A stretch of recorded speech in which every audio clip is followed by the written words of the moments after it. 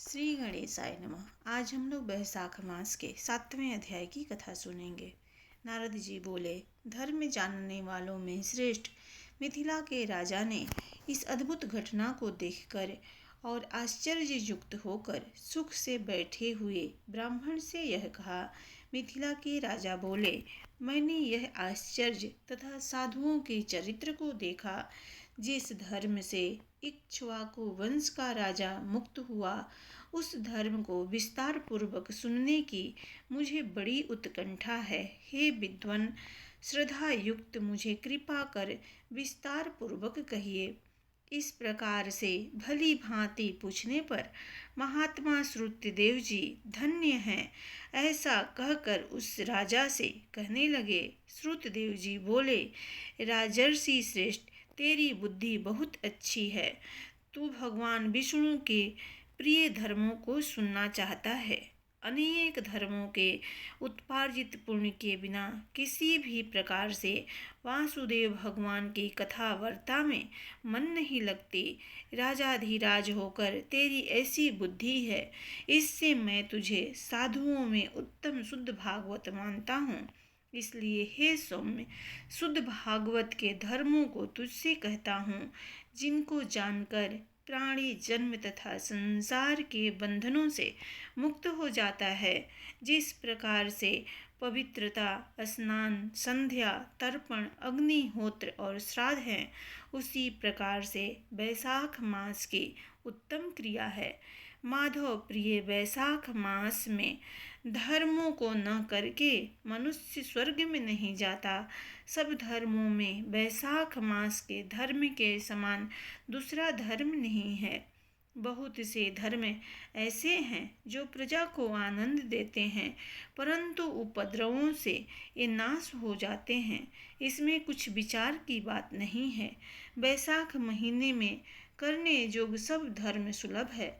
यथा जल के घड़े का दान, पौसरा चलाना, मार्ग में सुंदर छाया लगवाना, जूता, खड़ाऊं तथा छाता और पंखा दान करना, मधु दान करना, थकावट हटाने वाला गोरस दान करना, बावली, कुआं, तालाब इत्यादि बनवाना, पथिकों के लिए आश्रय बनवाना, नारियल, ऊख, कपूर तथा कस्तूरी का दान करना, गंध लगाना तथा हे भूपति, पलंग या खटिये का दान करना, आम के फल, सुंदर स्वादिष्ट ककड़ी का दान करना, दवना तथा सुगंधरा के फूलों का दान करना तथा सायंकाल के समय गुड़ और चल देना, पूर्णिमा के दिन तरह तरह के अन्न तथा प्रतिदिन दधी और अन्न का दान देना, श्रद्धा तांबुल का दान देना, चैत्र की अमावस्या के दिन करीर दान देना, सूर्य के उदय होने से पहले प्रातःकाल प्रतिदिन स्नान करना, मधुसूदन भगवान की पूजन, इनकी कथा सुनना, तेल शरीर में न लगाना, पत्ते पर भोजन करना, बीच बीच में थकावट के कारण पसीने से भींगे हुए को पंखे से हवा करना, सुगंधित कोमल फूलों से प्रतिदिन हरि का पूजन, प्रतिदिन फल, दही, अन्न नैवेद्य लगाना, धूप दीप करना, गौओं को गोग्रास देना, ब्राह्मणों का पैर धोना, गुड़, अदरक तथा आंवले का मुरब्बा दान देना, पथिकों की शुश्रूषा करना, चावल और साग का दान करना, ये धर्म माधव प्रिय बैसाख महीने में उत्तम है। तथा विष्णु भगवान को फूल अर्पण करना, समय के इत्यादि से हरि का पूजन करना, दही, अन्न तथा नैवेद्य लगाना, ये सब कार्य संपूर्ण पापों को नाश करने वाले हैं। यदि स्त्री ब्राह्मणों से कहे हुए धर्म के अनुसार मंदिर या घर में पुष्पों से माधव भगवान की पूजा न करें, तो वह पुत्र तथा सुख को प्राप्त नहीं करती। तो हे महात्मन, वह अपनी तथा पति की आयु का नाश करती है। बैसाख महीने में धर्म के सेतु विष्णु भगवान लक्ष्मी के साथ तथा मुनि और देवताओं के साथ प्रजा की परीक्षा लेने के लिए उनके घर जाते हैं। उस समय जो मूर्ख फूलों से इनकी पूजा नहीं करता, वह मूर्ख रौरव नाम के नरक को प्राप्त करके बाद में 5 बार राक्षस की योनि को प्राप्त होता है। इस महीने में भूख से त्रस्त प्राणियों के प्राण बचाने के निमित्त सर्वदा जल तथा अन्न दान देना चाहिए। जल दान न देने से कीट तथा जंतु की योनि होती है और अन्न दान न देने से पिशाच की। हे राजन, अन्न दान करने के विषय की एक अनुभव की हुई एक अद्भुत कथा तुमसे कहता हूँ। रेवा नाम नदी के तीर पर मेरा पिता पिशाच हुआ था। वह अपना मांस खाता था। भूख और प्यास के कारण उसका शरीर शिथिल हो गया था। छायाहीन सेमर वृक्ष की जड़ में अन्न न मिलने के कारण उसकी चेतना नष्ट हो गई थी। उसके कर्म ने भूख प्यास बढ़ा दिया था और उसके कंठ की नाली पतली हो गई थी और मांस तथा अन्न उसके कंठ में रुक गया था और उसके प्राण हरने वाली पीड़ा हो रही थी। नदी तथा बावली के हिलते जल को देखकर इनको हलाहल विष के समान जानता था। देवयोग से गंगा यात्रा करने के निमित्त मार्ग में रेवा नदी के तीर पर आया। सांभर के पेड़ की जड़ों में इस अद्भुत व्यक्ति को अपना मांस काट काट कर खाते हुए तथा अपने कर्मों के कारण भूख और प्यास से कष्ट पाते हुए, चिल्लाते हुए तथा बारंबार सोच करते हुए देखा। क्रूर कर्म करने वाला वह मुझे मार डालने के लिए दौड़ा, परंतु मेरे तेज से दबकर भाग गया। चित दुखी होने से मैंने कृपा करके तू डर मत ये वचन कहा। तू कौन है? अभी जल्दी से बोल, मैं तुझे कष्ट से मुक्त करूंगा। दुख मत कर। ऐसा कहने पर पुत्र को न जानता हुआ मुझसे बोला। प्राचीन काल में आनर्त देश में भूवराख्य नाम का एक गांव था। मेरा नाम मैत्र था और मैं संकृति गोत्र में उत्पन्न हुआ था। तप, विद्यादान तथा यज्ञ में मेरी भक्ति थी। मैंने सब विद्या पढ़ी और पढ़ाई तथा सब तीर्थों में स्नान किया। हे यंग, मैंने बैसाख मास के महीने में लोभवश भिक्षा मात्र भी अन्न का दान नहीं किया। मैं सोचता हूँ कि मैंने इसी कारण से पिशाच योनि को प्राप्त किया है। हे अंग, सचमुच दूसरा कोई कारण नहीं है। अब मेरे घर में श्रुतदेव नाम का अति प्रसिद्ध मेरा पुत्र है।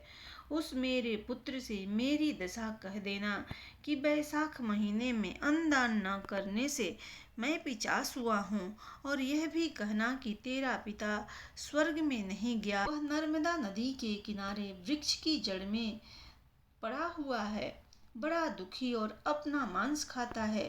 पिता की मुक्ति करने के लिए बैसाख नाम के महीने में प्रातः काल स्नान करके और विष्णु भगवान की पूजा करके निश्चल रूप में तिल से तर्पण करके श्रेष्ठ ब्राह्मण को अन्नदान करके मुझे मुक्त करें और भगवान के पद को मैं प्राप्त करूं।